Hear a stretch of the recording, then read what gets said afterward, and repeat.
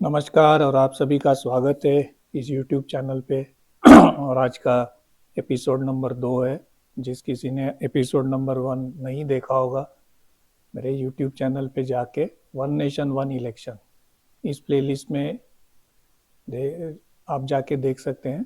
पहले एपिसोड में हमने क्या बात करी थी, एक संक्षिप्त वर्णन दिया था समकालिक चुनाव के बारे में, और इसका भी विस्तार से हम बातचीत करेंगे। और आगे बढ़ने के पहले कार्यकारी सारांश समझ लेना इस बहुत बड़े रिपोर्ट के लिए जरूरी है। तो चलिए आज इसके ऊपर बात करते हैं। महत्वाकांक्षी भारत के लिए शासन का लोकतांत्रिक सिद्धांतों पर आधारित होना सर्वोपरि है, यह हम सब जानते हैं। और लोकतांत्रिक सरकारों का एक मूल स्तंभ है कि चुनाव प्रणाली कैसे सफल बनाई जाए। आज़ादी के बाद हमने देखा कि लोकसभा और राज्य विधानसभाओं में कम से कम 400 से अधिक चुनाव हो चुके हैं। और भारत के निर्वाचन आयोग या इलेक्शन कमीशन ने देश में स्वतंत्र और निष्पक्ष चुनाव कराने का प्रशंसनीय मापदंड भी स्थापित किया है, जिसको व्यापक मान्यता मिली है और जिसकी देश और विदेशों में समान रूप से सराहना होती रही है। हमारे देश में चुनाव संचालन किसी भी तरह की आलोचना से कोसों परे रहा है। ऐसे में इसकी रूपरेखा का समय समय पर व्यापक आकलन जरूरी है। 7 दशक से भी अधिक समय में 400 से अधिक चुनाव का संचित अनुभव इसके लिए एक विश्वसनीय आधार है। आजकल एआई का ज़माना है, तो एआई टूल से भी 400 से अधिक चुनाव में क्या क्या सही हुआ, गलत हुआ, अच्छा हुआ, बुरा हुआ, इन सब का एनालिसिस कई एनालिस्ट कर रहे हैं। वो अलग विषय है जिसके ऊपर हम बाद में बात करेंगे। राजनीतिक दलों और उनके नेताओं, व्यापारिक संगठन, कार्यकर्ता, शिक्षाविदों, सरकार और सभी जागरूक मतदाताओं ने बार बार चुनाव कराए जाने से होने वाली परेशानियों की ओर कई बार ध्यान दिलाया है। इसमें कोई आश्चर्य की बात नहीं है कि कुछ देशों ने सामाजिक, राजनीतिक और आर्थिक स्थिरता और विकास के लिए साथ साथ चुनाव कराए जाने का महत्व भी समझा है। इन देशों ने शासन के विभिन्न स्तरों के लिए अलग अलग चुनाव से बचने के लिए अपनी कानूनी और प्रशासनिक रूपरेखा विकसित भी की हुई है या विकसित हो रही है। समकालीन भारतीय राजनीतिक प्रणाली में इनकी प्रासंगिकता को समझने के लिए इनकी प्रणालियों का सतर्क परीक्षण भी बहुत जरूरी है। आरंभिक दशकों में भी भारतीय प्राधिकरणों द्वारा साथ साथ चुनाव कराने के सफल प्रयास किए गए थे। बदलते समय के साथ बाद में यह व्यवस्था बाधित हो गई। व्यवधान के उन कारणों का गहन अध्ययन करना होगा। ऐसे परीक्षणों में उन सभी पक्षकारों की व्यापक भागीदारी जरूरी है जिनमें न केवल नागरिकों की चिंता शामिल हो, बल्कि विशेषज्ञों का विवेक भी जुड़ा हो। भारत सरकार द्वारा 2 सितंबर 2023 को गैजेट नोटिफिकेशन या अधिसूचना के जारी साथ साथ चुनाव प्रणाली यानी एक देश एक चुनाव और वन नेशन वन इलेक्शन, जो काफ़ी लोग जानते हैं, उसके ऊपर एक उच्च स्तरीय समिति का गठन ऐसे परीक्षण के लिए आधार तैयार करता है। समिति ने अपने गठन के बाद से 191 दिनों में इस विषय पर काम किया है। इसके सदस्यों में विभिन्न पृष्ठभूमि के प्रमुख व्यक्ति शामिल हैं, जिनको कानून, राजनीति शास्त्र, प्रशासन, लोकवित्त और अर्थशास्त्र जैसे विषयों में विषयज्ञता और लंबा अनुभव रहा है। समिति ने पंजीकृत राजनीतिक दलों से उनके सुझावों और उनकी प्रतिक्रिया मांगने का भी फैसला किया। विधि विशेषज्ञ जैसे भारत के पूर्व मुख्य न्यायाधीश तथा प्रमुख उच्च न्यायालयों के पूर्व मुख्य न्यायाधीश, भारत के पूर्व मुख्य निर्वाचन आयुक्त और राज्य निर्वाचन आयुक्त भी समिति से व्यक्तिगत विचार विमर्श के लिए आमंत्रित किए गए थे। विशेषज्ञ संस्थाएं जैसे भारतीय विधि आयोग और भारतीय निर्वाचन आयोग को भी समिति ने परामर्श के लिए आमंत्रित किया। आम लोगों और संगठनों से भी सुझाव और प्रतिक्रिया देने के लिए समाचार पत्रों में सार्वजनिक नोटिस प्रकाशित की गई थी। अन्य हितधारकों जैसे कि बार काउंसिल ऑफ इंडिया तथा CII, फिक्की, एसोचैम जैसे शीर्ष व्यापार संगठनों को भी अपनी राय देने का मौका दिया गया।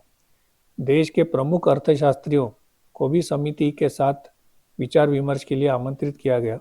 सुझाव और प्रतिक्रिया देने तथा हितधारकों के जवाब सुनने की अंतिम तिथि तय होने के बावजूद समिति ने समय सीमा बढ़ाई और बहुत बात तक जवाब और सुझाव भी सुनते रहे। राजनीतिक दलों व्यक्तियों और संगठनों ने इस प्रस्ताव का भारी समर्थन किया। ईमेल, उच्च स्तरीय समिति की वेबसाइट और डाक से मिली प्रतिक्रियाओं के विश्लेषण से पता चलता है कि 21,558 जवाबों में से 80% साथ साथ चुनाव कराए जाने के पक्ष में थे। यह प्रतिक्रियाएं लक्षद्वीप, अंडमान और निकोबार, नागालैंड, दादरा और नगर हवेली सहित देश के सभी भागों से आई थी। सबसे अधिक प्रतिक्रियाएं तमिलनाडु, महाराष्ट्र, कर्नाटक, केरल, पश्चिम बंगाल, गुजरात और उत्तर प्रदेश से मिली थी। अधिकांश प्रतिक्रियाएं देश में साथ साथ चुनाव कराए जाने के पक्ष में थी।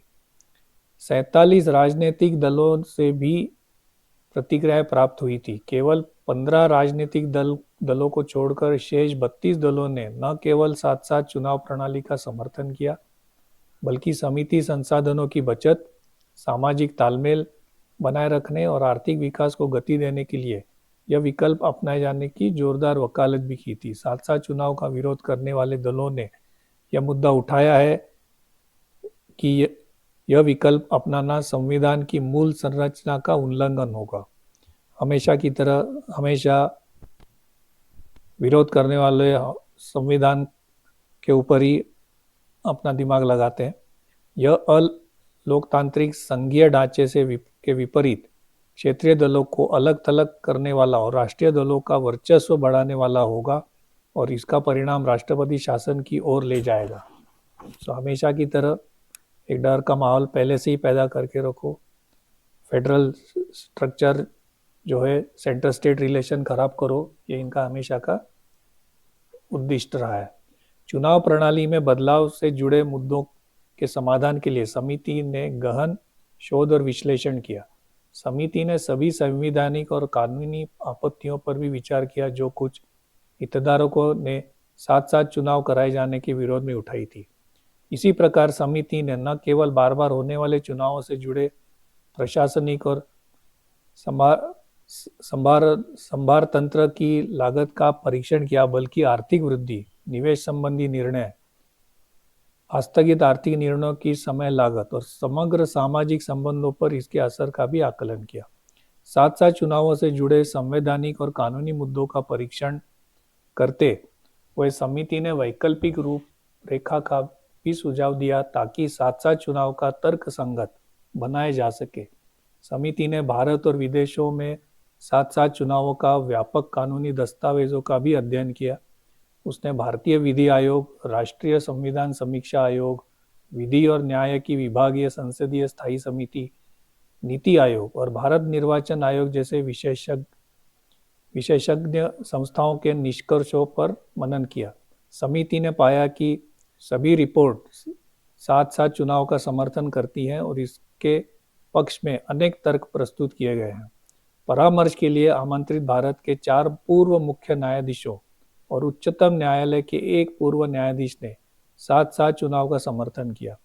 इसी प्रकार उच्च न्यायालयों के अधिकांश पूर्व मुख्य न्यायाधीशों, पूर्व मुख्य निर्वाचन आयुक्त, राज्य चुनाव आयुक्त और बार काउंसिल ऑफ इंडिया ने भी साथ साथ चुनाव का समर्थन किया। ये सभी इस बात पर एकमत थे कि अलग अलग चुनाव कराए जाने से संसाधनों की भारी बर्बादी होती है, देश पर सामाजिक आर्थिक बोझ बढ़ता है और मतदाताओं में चुनाव को लेकर उदासीनता आती है। उन्होंने साथ साथ चुनाव कराए जाने के असंख्य लाभों पर जोर दिया और यह बात भी स्पष्ट की कि विश्व के अनेक देशों ने सरकार के विभिन्न स्तरों के चुनाव साथ साथ कराए जाने के लिए कानूनी रूपरेखा तैयार कर ली है। भारत के संदर्भ में विशेषज्ञों ने इस बात पर भी गौर किया कि 1960 के दशक के बाद से अनुच्छेद 356 में निहित आपात प्रावधान का प्रयोग निर्धारित कार्यकाल पूरा होने से पहले राज्य विधानसभाओं को भंग करने के लिए किया गया था। इसके अलावा त्रिशंकु सदन यानी कि हंग असेंबली, अविश्वास प्रस्ताव, नो कॉन्फिडेंस मोशन और अन्य ऐसी स्थितियां आई जिनका परिणाम निर्धारित समय से पहले सदन को भंग किए जाने में हुआ।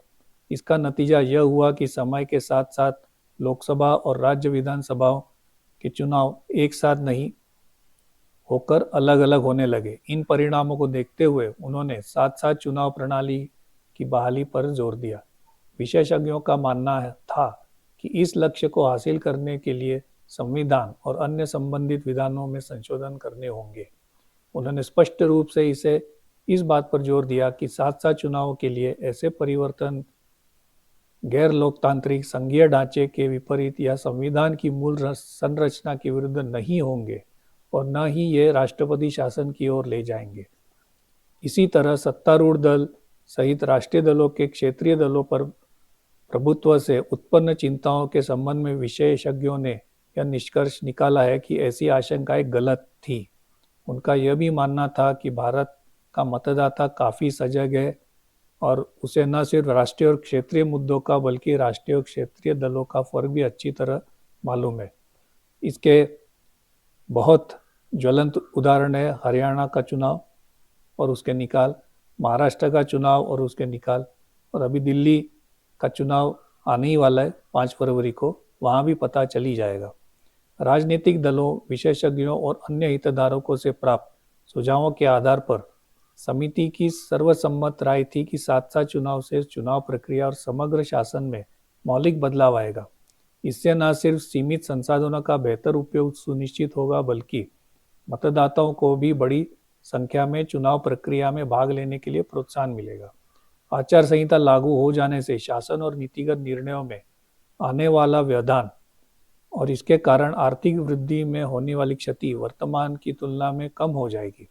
और जैसा कि व्यापारिक संगठनों ने भी स्पष्ट किया है, साथ साथ चुनाव से उन्हें अपना उत्पादन चक्र बनाए रखने में मदद मिलेगी, क्योंकि बार बार वोट डालने के लिए कामगारों के संगठन छोड़कर जाने में कमी आएगी। श्रमिकों, विशेषकर प्रवासी श्रमिकों को भी लाभ होगा, क्योंकि उनका अपने निर्वाचन क्षेत्र तक जाने में होने वाला यात्रा खर्च बचेगा और दिहाड़ी का भी नुकसान नहीं होगा। साथ साथ चुनाव कराने की आवश्यकता और लाभों पर विचार करते हुए समिति का सर्वसम्मति से मानना था कि देश में साथ साथ चुनाव होने चाहिए। सरकार को इसके लिए संविधान और अन्य विधानों में जरूरी संशोधन करना चाहिए। यहाँ हम इस एपिसोड में थोड़ा पॉज लेंगे, क्योंकि आगे जो उन्होंने क्या क्या संशोधन जरूरी है ये विस्तार से समझाने के लिए मैं अगले एपिसोड में आपसे वापस जुड़ूंगा। तब तक के लिए कनेक्टेड रहिए। अगर आपको मेरी चैनल पसंद आए तो इसे लाइक, सब्सक्राइब जरूर कीजिए और इसे शेयर भी कीजिए। तब तक के लिए धन्यवाद, प्रणाम, जय श्री राम।